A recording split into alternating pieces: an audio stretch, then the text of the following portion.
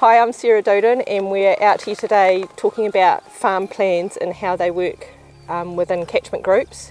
And Johan has very kindly welcomed us onto his farm and he's going to explain what he's been busy doing over the last few years.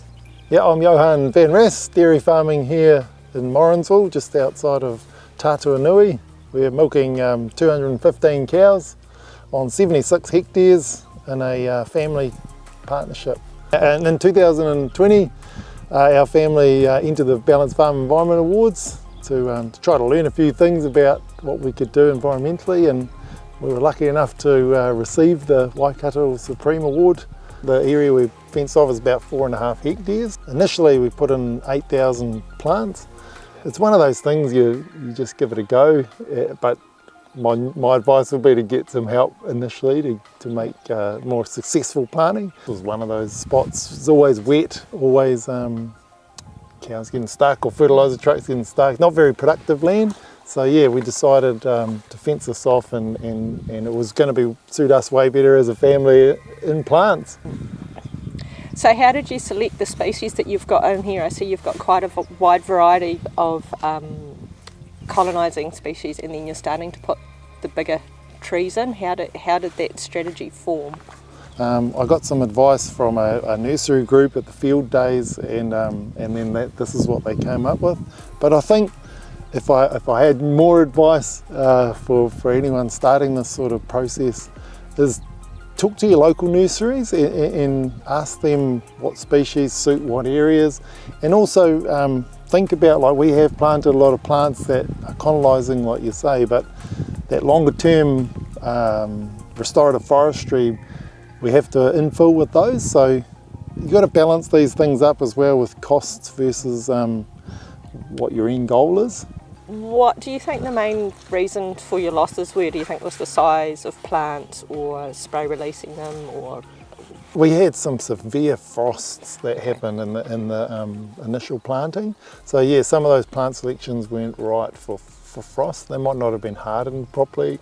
So talk to your nursery about that. There was a catchment group formed within the area prior to us doing this sort of stuff. So it's called the Piako Waiho Catchment Trust. We've finally formed a trust. Initially it was just a forum, but it's really hard to get your feet off the ground. But it seems when you start working this process, it snowballs, and people see work like this. But we've also got a few other areas we're working on within that catchment. Yeah, so the experience I'd bring in to our catchment group is just a practical farmer, like a person that does the day in and day out. We've had a lot of stuff as a family over time doing these things and taking a lot of photos of it, and one of the initial photos is of the kids when they were only little tackers and amongst the stream that had nothing. And you can see that's the reason why you do this stuff, you know, it's for our future generations, our wider community, for the future. So Johan, how did your farm environment plan help you make the decisions that you've made about the areas that you've identified on your farm? Yep. So a farm environment plan, it's a time tool, really. You know, like, what can you do through your farm environment plan over time? As our family, we tried to invest in those early things that impact our business, that also have environmental impact, efficiency through fertiliser use, or efficiency through effluent application, things like that, and mitigating areas around stock crossings and trying to do the things that affect your farming business with a long-term vision that we would love to do way more for the bigger, wider environmental impacts. The farm environment plan for us, we didn't want it to be a tool that just sat in the drawer and you don't look at it again. We wanted to challenge it through implementing the things we wanted to do, and then sort of push it back to the dairy companies and say, well, at the regional council, we've done this. Where do we stand now? Because, you know, we've ticked a lot off, and now we have got to a stage within our farm environment plan where it's quite simple. We're just showing through efficiency. We're doing our best for on farm within paddocks. Hey Johan, we've come up the farm a bit now and we're standing by one of your streams. Can you just tell us about the different strategy that you've used here?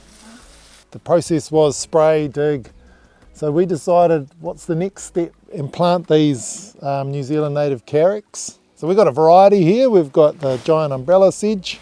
This one coming through would be a Carex germinata. And the purpose of them, it's simplicity. You know, it's a simple thing to just plant one plant, and now we're utilising that one plant and growing out for free out into this sort of area. And it's got its function. It holds banks together, it creates shade leaning over and stops the weeds growing through sunlight, cools the water, all these benefits from such a simple process. What advice would you have for groups or farmers who are just starting out? Yeah, starting small and simple is just a really good way to, you know, dip your toes in the water sort of thing. And Carex, you can't go wrong. Like the spray program for Carex is simple. They're really hardy. They don't need that much care and attention. So yeah, and focusing on the science actually shows that focusing on those lower order, smaller streams will have a bigger impact in those values that we're after as a catchment. So starting on your small ones is going to be the biggest benefit for everyone.